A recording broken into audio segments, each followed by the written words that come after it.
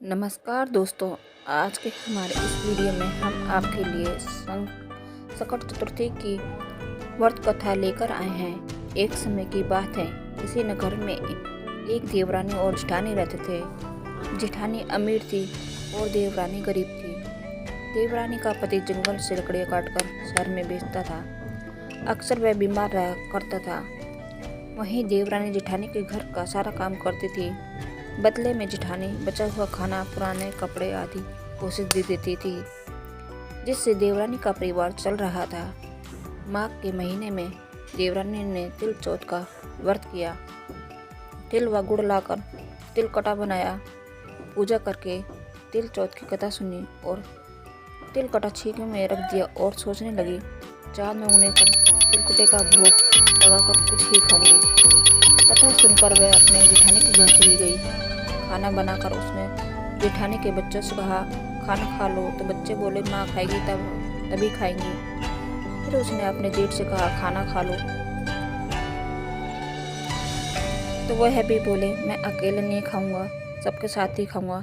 जेठानी ने देवरानी से कहा, आज तो घर में अभी तक किसी ने खाना नहीं खाया, मैं तुम्हें पहले खाना कैसे दे दूं? तुम कल सुबह जल्दी ही बचा हुआ खाना ले जाना। देवरानी के घर पति और बच्चे सभी आस लगाए बैठे थे कि आज तो त्योहार है, माँ आएगी तो पकवान आदि खाने को मिलेंगे। परंतु जब बच्चों को पता चला कि आज तो सूखी रोटी भी नहीं मिलेगी, तो बच्चे रोने लगे। उसके पति को बहुत गुस्सा आया। कहने लगा, सारा दिन काम करके तो रोटी भी नहीं ला सकती, तो काम करने का क्या फ़ायदा? ऐसा कहकर गुस्से में उसने अपनी को कपड़ा धोने के डंडे से मारा। डंडा टूट गया तो उसे पटे से मारा। वो बेचारी गणेश जी की महाराज को याद करती रोती रोती पानी पीकर सो गई। उस दिन गणेश जी महाराज उसके सपने में आए और बोले, धोना मारी पाटा मारी, सो रही है क्या, जाग रही है? मैं बोली, कुछ जाग रही हूँ, कुछ सो रही हूँ। तब गणेश जी बोले, मुझे भूख लगी है, कुछ खाने को दो। तब मैं बोली, क्या दूँ? मेरे घर में तो अन्न का एक दाना भी नहीं है। थोड़ा सा पूजा का तिलकटा छीके में पड़ा है, आप वो खा लें। तिलकटा खाकर गणेश जी बोले, धूम ना मारी पाटा मारी, निपटाई लगी है, कहाँ निपटूं? वह बोली, ये पड़ा घर, जहाँ इच्छा हो निपट लो। फिर गणेश जी बोले, अब कहाँ पहुँचूं? तो वह गुस्से में बोली, कब से तंग कर रहे हो? मेरे सर पर पोंछो और कहो पहुँचो, और कहाँ पहुँचोगे? सुबह जब उसकी नींद खुली तो वह हैरान रह गई। उसका पूरा घर हीरे मोती से जगमगा रहा था। उसके माथे पर हीरे मोती जगमगा रहे थे। उस दिन वो जेठानी के यहाँ काम करने नहीं गई। काफ़ी देर राह देखने के बाद जेठानी ने अपने बच्चों को चाची को बुलाने को भेजा। उसने सोचा, कल खाना नहीं दिया इसलिए देवरानी बुरा मान गई। बच्चे बुलाने गए और बोले, चाची चाची चलो, माँ ने बुलाया है, सारा काम पड़ा है। तब देवरानी बोली, बेटा बहुत दिन तुम्हारी माँ के काम कर लिया, अब तुम अपनी माँ को मेरे यहाँ काम करने भेज दो। बच्चों ने घर जाकर अपनी माँ को सारी बात बताई कि चाची का घर हीरे मोतियों से जगमगा रहा है। जेठानी दौड़ती हुई देवरानी के घर पहुंची और बोली, ये कैसे हुआ?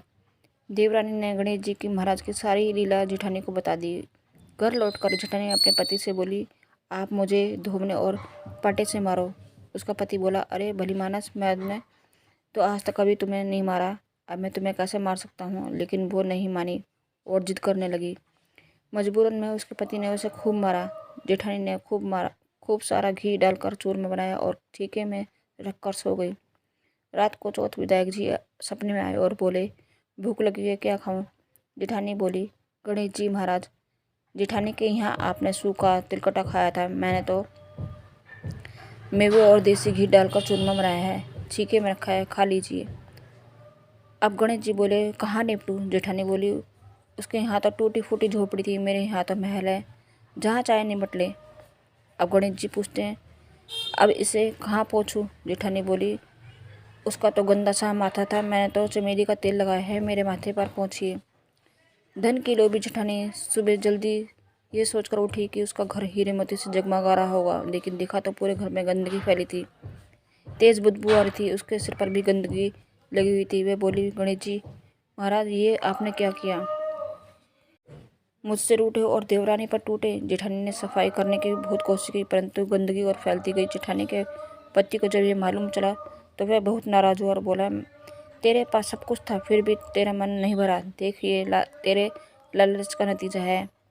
परेशान होकर जेठानी गणेश जी की महाराज से विनती करने लगी, माफ़ी मांगने लगी। गणेश जी बोले, देवरानी से जलने से और धन के लोभ में तुमने जो किया उसका नतीजा है। इस प्रकार जेठानी को सबक सिखाते हुए गणेश जी महाराज ने अपनी माया समेट ली।